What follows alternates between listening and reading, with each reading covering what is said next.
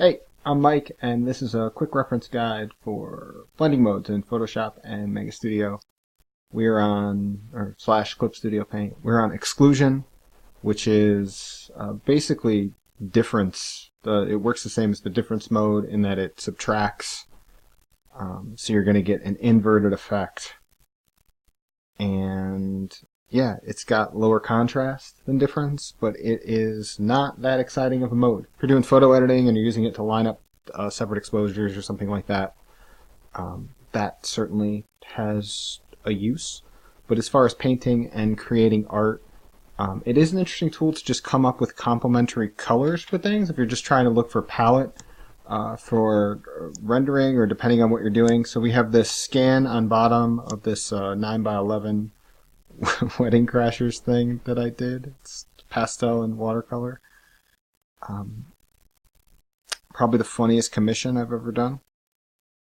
This was for like a poster, and I had to they wanted me to overlay like clothes fit or something. I forget exactly what I did with this, but I made a poster out of it. Yeah, it was really fun to do. But what were we saying? Oh, we're doing difference. So, if the pixels are black when you paint, wrong layer, then nothing happens. So the closer they are to black, the less your effect.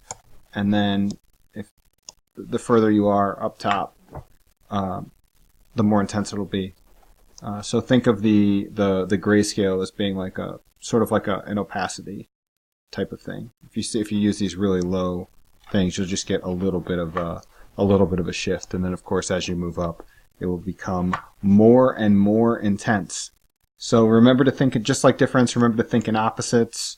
If you're here, the color is going to be here-ish. I mean, on white it will be there, but you know, as you move around, because it's a subtraction, it doesn't necessarily have to be.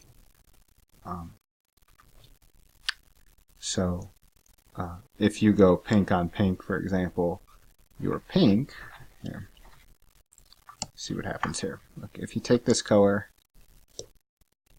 go there, see the result? It's very different. Yeah, it's an interesting tool. I wouldn't render with it personally. It certainly can be used as for overlays and photo negative stuff. If you're trying to, you could make a copy of this layer and then reduce the opacity and offset it, copy the whole thing, and you could create interesting effects. It certainly has tons of uses as a finishing layer, whether you were just airbrushing out parts as a little overlay or whatever. But as far as painting goes, I would find a different tool for rendering and for effects, just because it's... Thought my dog was going to knock the camera over. He's sort of rolling on top of it. What are you doing? Alright, this was a quick short video because Exclusion, no one's going to watch this. Let's be real. Like, this is a useless mode. I try and see the bright side and like pitch these things to you just to get you, being creative, just to get you to try stuff. But this one sucks. It's like difference, only worse, and difference isn't all that useful, especially for painting. Sometimes. Alright, thanks for watching. Please see my channel for videos on all of these blending modes.